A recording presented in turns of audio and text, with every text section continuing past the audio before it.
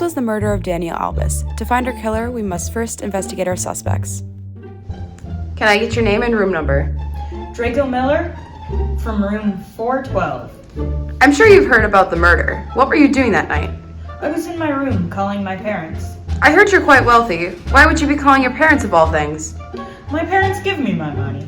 That's why we were talking about taxes all night. State your name and room number. My name is Wesley Ronald, and I'm in room 755. What were you doing the night of the murder? I was in my room deciding what restaurant I want to critique next. That doesn't sound like it would take very long. Was that all? Absolutely.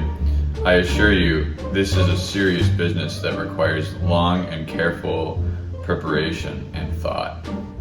I heard you have quite a temper. That can't be very good for business. My face may get very red, but I can keep my composure when I need to. Name and room number, please. I'm Philip Severus from room 1336. Mr. Severus, what were you doing that night? I was practicing lines for my next audition. What are you auditioning for? I want to play the Phantom of the Opera in the local film, and I need to get in character. I was spending all night figuring out what to wear. Tell us your name and the number for your room. Sylvester Sirius from room 3254. At the time of the murder, what were you doing? I was practicing for my next CrossFit lesson. All night? Are you sure? Yes, I have to stay fit myself. Here's what we found out with some simple physics knowledge.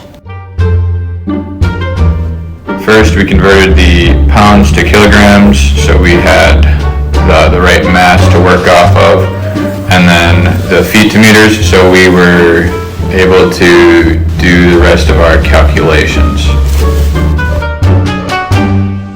In order to find our time components, we then took the heights that we calculated for the different suspects and what floor their rooms were on, and multiplied that by 2.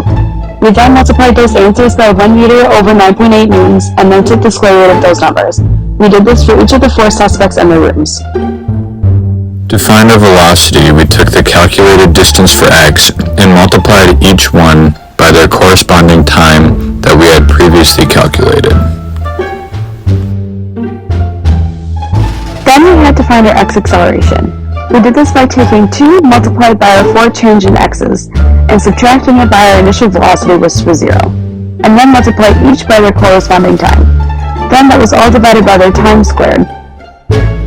To find our force in newtons, we took our acceleration for each suspect and multiplied it by Daniel's mass in kilograms. We took these forces that we had come up with and used force plates in order to test out each amount of potential force to see which one was close enough to what would have been used. With this information, we were able to find out who the killer was. My partners and I have determined that because of the height of your room and the force required to push Mr. Albus, you are the murderer. Fine, I admit it. I killed Daniel Albus. Why would you go as far as murder? What does that solve? He was ruining my life. I couldn't stand being blackmailed by him any longer. You don't need to worry about that anymore. You're gonna end up in prison. So be it. I would have totally gotten away with it if it wouldn't have been for you meddling investigators. This has been the case of the murder of Danielle Albus. Thank you for watching.